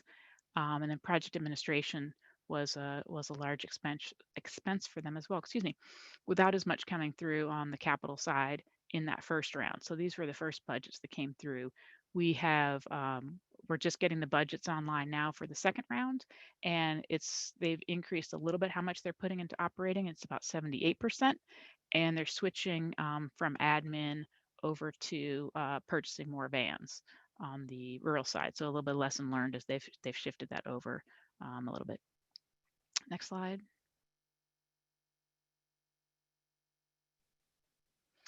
Invoices, and just to look at how quickly people were spending it down. I think, again, it's the same situation between getting the money out, getting it used, showing that these are essential services that really need the funding, but not spending it all in one place, as it were. So with some of our agencies drawing the funds from different places and being smart about how they use the 100% dollars, of course, for COVID relief. I mean, there's really nothing happening that isn't COVID relief right now, but also spending against some of their other grants as well. So in the rural areas of this is just the first 50%, they've spent down 55%, as well as the small urbans, which got online April 15th. They have spent down, this is as of end of September, so this is not current to today, because it was quite a bit of work to pull these numbers, but they were at about 40% of their spend down on that first amount. And the large urbans, again, who have all their funds, have invoiced against it for about 32%, with a little bit of variation between our largest urbans and our small urbans. So just, we did feel under some pressure to get the second amount of money out, but we also, I think, as Connecticut pointed out, we're sort of good pacing in that it has taken them a little bit of time to invoice against all the funds. Next slide.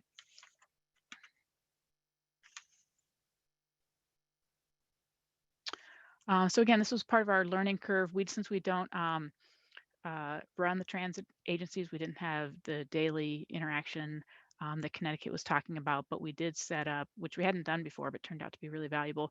We did have weekly calls through the Tennessee Public Transit Association with TIP to themselves and also with all the agencies, and we had FDA on there as well. So it was just an opportunity for people to share needs, lessons learned, for us to share with them what was going on with us and when the money was coming and that type of thing. We've slowed everything down to being monthly because it just, got a little repetitive after a while, as do things like wash your hands. And, again, a little where Tennessee was a little different is we didn't really take ownership, if you will, of creating guidance or working hand in hand with the agencies on how they should be delivering the service. We really posted, we're not public health professionals. As I said, we have a little bit of a small staff. We really focused on getting the dollars out. They're going to be the experts on running the service. The health departments were going to be the experts on the protocols. And also mirroring what the governor did is his system was Tennessee Pledge. So providing information for a variety of different businesses, whether you're a hair salon, a restaurant, a retail operation, different types of guidance that they issued pretty early for different types of businesses, and transit kind of fit in with that.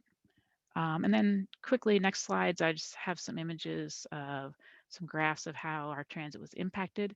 Again, these were the tourist areas. They did completely shut down for a little bit there, laid off all their seasonal staff that was getting ready to cart folks around Dollywood. And once we gave them the CARES Act funding, we did request that everybody put their system back online, because if these are essential services, and that's what the CARES Act funds were for, we wanted to see the vehicles moving. So they've been the slowest to bounce back. And I will tell you, I don't know what's happening on the ground right now, except that they are a hot spot. And I would anticipate seeing ridership and fare box go way back down in the future months on this chart. This is through October. Next. Rural agencies, again, with the contract trips and smaller demand response vehicles and need to access services, we saw their ridership, which is the blue here, contract funding, stay fairly steady or take a dip, but then come back into health closer to 2009 with the fare box lagging a little bit. And then next slide. The urbans having lower ridership. Well, let's see, how do we want to say this? The higher loss of ridership and less response of ridership, and especially the commuter routes. I'm sure everyone's finding that white collar workers, including this empty office building I'm sitting in, are taking the bus way less often. And so things like commuter rail have really fallen off, whereas the all day trips and essential workers are still taking transit. So you can see that here. And I would somewhat ignore the fare box dip. I think what happened was we had an increase in fares coming through last fall with a couple increase in fares and increase in ridership. So that's really just showing the comparison to 2019 more so than anything that changed operationally in October on this chart here.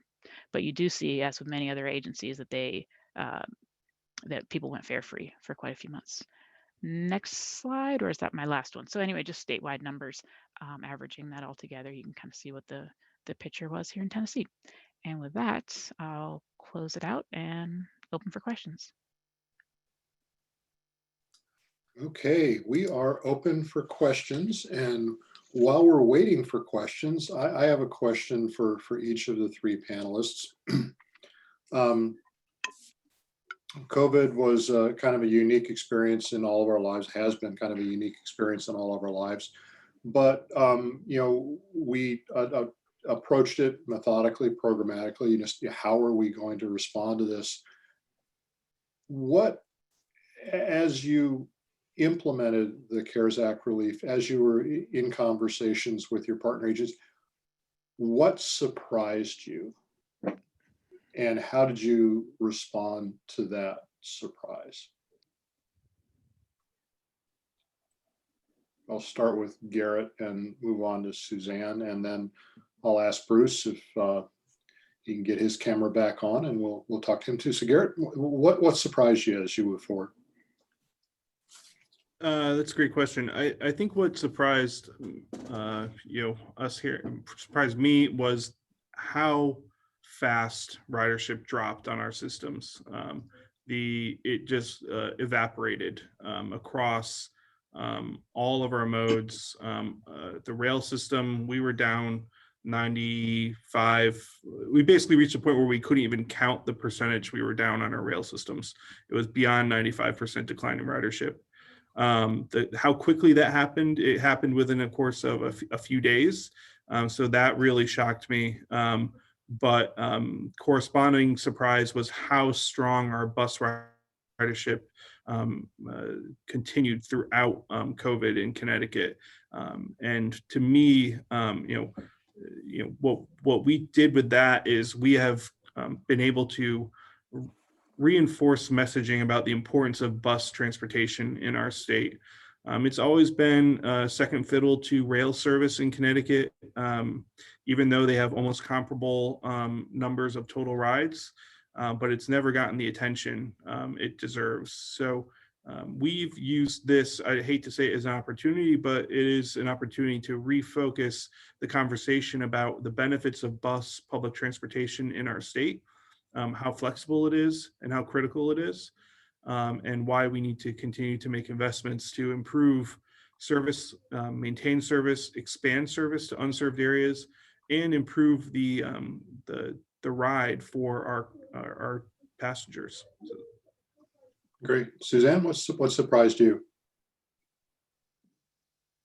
I don't know if this was a surprise so much, but I think one of my big takeaways was that our rural providers are super solid. They know what they're doing. They stayed on the job. They stayed on their buses, in their offices, and kept everything going. And as you saw with those numbers, continued to transport quite a few people. I would say, to the administrator's remarks up front, the system probably provides a little more comfortable level of funding for rural. So I think they were able to kind of continue on. And, when I talked about the feedback loop, they're a little quiet with us on the phone call. I think sometimes because they're just like, no, we've got CARES Act. We're good. Like, I think it's really been effective at keeping them healthy, financially healthy. They are not staying COVID healthy as much necessarily to a person. But so I would say that was one takeaway. I think my other takeaway was Richard knows that I kind of reached out early to again, as a new director, what do we do here? What is everybody doing? And just trying to get some of the best practices from the field. And I guess sort of went back to the conservative route of doing it the way we had done before. But so I don't know if what surprise there was there per se, but he was at least saying early on, people were just planning to push the money out as best they could quickly to get it in people's hands. So I'm actually glad to hear sort of from the presentations today that people were doing this iterative process and people have allowed ways to pivot and respond to the crisis and make the best of it as they went forward. Great. And Bruce, I know nothing surprises the Federal Transit Administration, but was anything unique in your experience as you implemented these programs? Yeah, I think besides what Garrett mentioned in terms of the rapid decline, I experienced that from a personal level in the Washington area. They kind of started letting people telework, and I was still coming in, and then all of a sudden you're not taking transit anymore. Everyone's staying at home. But I think from a programs perspective, we tend to work, or we do work with FTA with government entities, either transit agencies that are local government authorities or state DOTs. I think what we heard from was a little bit surprising to me. Maybe it shouldn't have been, but all the private sector's providers of public transportation who aren't normally covered within our programs and the need that they experienced.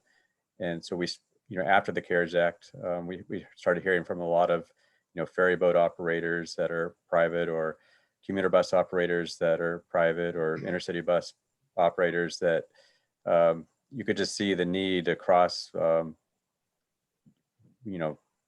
across the industry from entities that normally, rely on fares and receive very little support, and our program doesn't necessarily match their need. And I think that was a little bit surprising. Yeah, privates and the not-for-profit sector too. We heard a lot of that here in Washington State. Gary, there's a question for you from David Harris. Your highest bus decrease of 50% is not bad comparably. Was the drop for regional bus higher than the more localized bus service? Yeah, so that number is total statewide. Some of our routes were definitely higher, especially the what we deem the express routes, which are more of the office workers commuting in. from suburbs into our cities with a lot of the insurance jobs and defense sector jobs. So there were some that were higher than that, but on average, statewide ridership was around 50-55% maximum draw. Okay. Barrett, this is Dave Harris. Richard asked me to chime in personally. So on your regional bus, what we're finding in New Mexico, we're down more like 75, 80%. When there's a higher lockdown, we're like at 80, and maybe when things are going okay, we're more at like 70 for regional bus, whereas our city bus services are more at like, and they've been at maybe down 40 when things are good, and maybe 50 to 60 when things are on a higher level of lockdown. And I'm finding that across the country that most that's been pretty well mirrored by everyone. And but your numbers were pretty high, and I'm familiar with Connecticut, so I could see probably why they might be a little higher than other places. But and I think it's a testament to how, like you said, how good your public transportation staff is there. Well, and I will say on some of those regional ones, we are using this opportunity. A lot of those routes have been in existence for decades and decades and never been re-examined. So I think that's forcing us now as an agency to reevaluate some of those routes, and are they going to be the same moving forward? So we're using this time to examine that for the future of those services in the state. Jim brought up earlier the resolution that the board passed last month about racial justice, equity, diversity, and inclusion. Are you seeing some trends in ridership and the need for resources and the like looking at the intercity passenger rail decline versus the bus decline?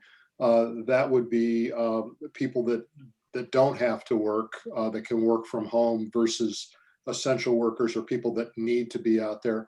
Is there an equity perspective to this that you could share? Definitely for us in Connecticut, that's been a driving message we continue to try to spread with our legislators. The governor's office is keenly aware that this has pulled away the layer of equity discussion we need to be having in the state with respect to transportation. So it's been more clear than ever. And the research project that these grad students did for us with Govern for America, what they did is, it's really interesting, where they took all of our ridership data, which is broken down by bus stop location, and overlaid it with ethnic data, with income level data, and age data, various different layers to calculate out what that ridership based on stop is showing us in terms of equity, and who's riding and who's not based on the demographics of those specific street locations and census blocks. So it's more clear than ever, the equity piece, and why we should be making more investment in the bus public transit sector. And that's us as an agency going to the governor's office, going to the legislature. We're making those requests now for our upcoming budget and for capital investments specifically to address those inequities. Great. Suzanne, how about in Tennessee? Yeah, we haven't really had the bandwidth or the data to take a look at that, but we would love to. I think we're seeing some of the same things in terms of reevaluating how service is deployed, whether there's opportunities in some of the more rural areas for fixed route, some consistent destinations and origins that might lend themselves to creating more of a fixed route type system, and how those communities can serve more riders and serve them better. There's certainly the class factor. I think you can see that in rural areas, there are more people relying on public transit and staying the course and keeping the ridership up, whereas in the urban areas, it has declined. So it's something we definitely want to look at more. I think, in Tennessee, some of our rural areas are quite white. And so the, higher African-American population is going to be in some of the bigger cities. And then to your point, those are the riders that are continuing to ride during the shutdown. So I think once we tease that out, we'll find some interesting information there, what we're able to do with it. Maybe a different story. I'm hopeful that we'll continue to see transit money flow and increase, please, fingers crossed. There's talk of stimulus, and to me, in this era of climate change, equity concerns, and resilient investments, I think transit looks like the smart bet, more so than maybe new construction of roadways in particular, which has been a little bit more of the focus in our communities. Yeah, yeah. As we talk about this, the lessons learned from the CARES Act, we've talked about the different approaches states have taken. Bruce, this would be a question for you. Just as FTA, I mean, obviously you don't know yet what the Congress is going to do, because I don't think the Congress knows yet what the Congress is going to do.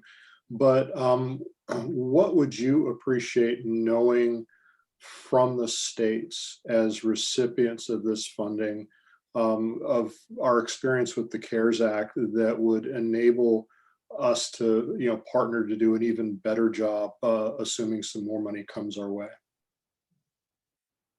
Right. I think it's related to some of the, this is the opportunity as we're working on a bill to determine, are there areas within, so say they do provide funding for 5310. Are there areas within 5310 that if they provide funding, that we would want language included to make it easier to administer? The same as if they continue to provide additional funding to 5307 or 5311. So for example, if you think of 5310, there's a requirement that 55% of the funds be used for capital expenses. Well, we're in a time right now where the focus is on operations. So you may want to provide additional flexibility. The funds can be used for capital or operating, but not require that 55% of the funds be used. So there's a number of, within the statute, there's a number of legislative requirements within the programs, 15% set aside for intercity bus and 5311. Are there areas where the states, as they've implemented the CARES Act, where they've identified some of those things as impediments to providing funds, as effectively as they would have liked because of those requirements? Okay, well, those are some things, Richard, I think we can provide some feedback to FTA and perhaps as we're talking to people on the Hill as well.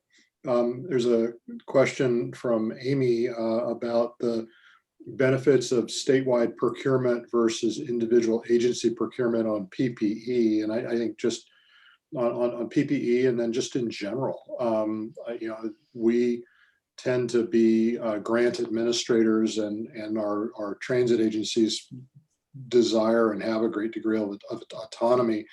But as we've done this, what have you seen benefits to a standard statewide approach, or are you continuing to let the agencies do what they do? I'll ask Suzanne first, and then I'll hand it over to Garrett.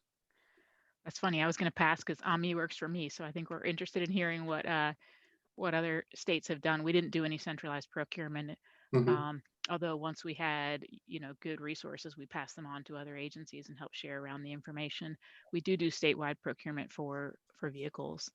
Mm-hmm. So if others had experience doing that, I think it was really the time and the turnaround time to get those pushed out that would have been a barrier for us. Okay. Garrett, and I might put my colleague Don on the spot too, what happens in Washington State. But Garrett, how about in Connecticut?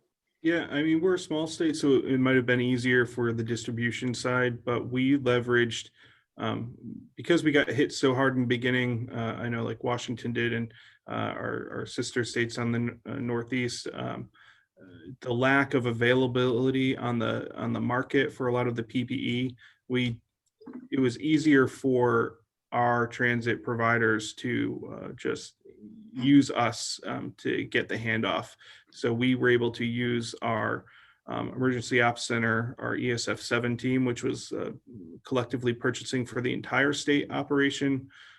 We would put in those requests for quantity through them, and through one centralized warehouse in the state, they distributed it to our centralized warehouse, where we have our crews that routinely manage all of our salt supplies every year and all of our other commodity supplies. So our team that is our warehouse and stock supply folks, they manage that for us and distribute it out to the transit providers directly. And that allowed us really to continue the service, because I think if they had to go out to the private market and try to scrounge up supplies for their workers, it would have eaten away at their revenues at the time. And so it was just, we had sources, we tapped into those sources through the state procurement method, and we're able to get it out seamlessly.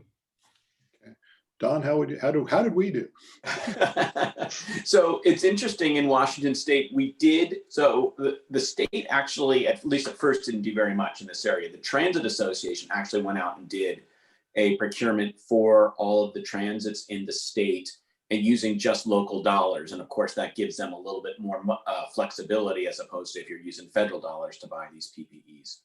And now what's going on is everyone's kind of gone on to their own thing. And in Washington State, of course, we have the Department of Enterprise Systems, and they are kind of like the central procurer.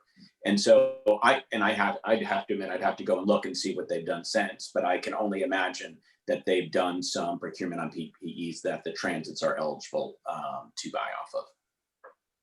Yeah, but I think for the public transportation divisions of the various DOTs, which tend to be rather small relative to the overall organization, leveraging your procurement and distribution capacities, just generally, like Garrett said, salt, we're good at getting that stuff out to every corner of the state, and leveraging that to work with the transits is something to consider going forward. So Richard, we've got maybe 4 minutes left. What I wanted to do first of all is thank the panelists. Great stuff, great perspective from a very urban state, from a long, thin state. I have family in Germantown, Tennessee, so I'm familiar with it. I used to make the drive from Charlottesville to Germantown and back, and boy, you get into Tennessee and it's like a whole day. And it's like Montana, it goes on forever. Yes, it does. And Bruce, thank you again for the federal perspective. I want everybody on the call to be thinking. There's a conversation going on Capitol Hill right now about the potential for relief. There's also the potential, as you heard earlier, for some kind of stimulus coming after the first of the year. We learned a lot from the CARES Act. It provided a lot of positive aspects. As we anticipate new tranches of funding coming our way, how can it be better? What advice would you give Richard to give Brandy and Jim and others as they're talking to the agencies and as they're talking on the Hill? That's stuff we need sooner than later. So if you've got a particular issue, please let Richard know about it, and we'll pass that along. And I hope you're enjoying our format and the topics. We are going to be doing our next session at 2 p.m. Eastern, different ways to measure transit success. I encourage all of you to take a little break and come back and join us for another great session. And with that, everyone, thank you very much, and we'll see you a little bit later. Thanks, everybody. Thank you, everyone.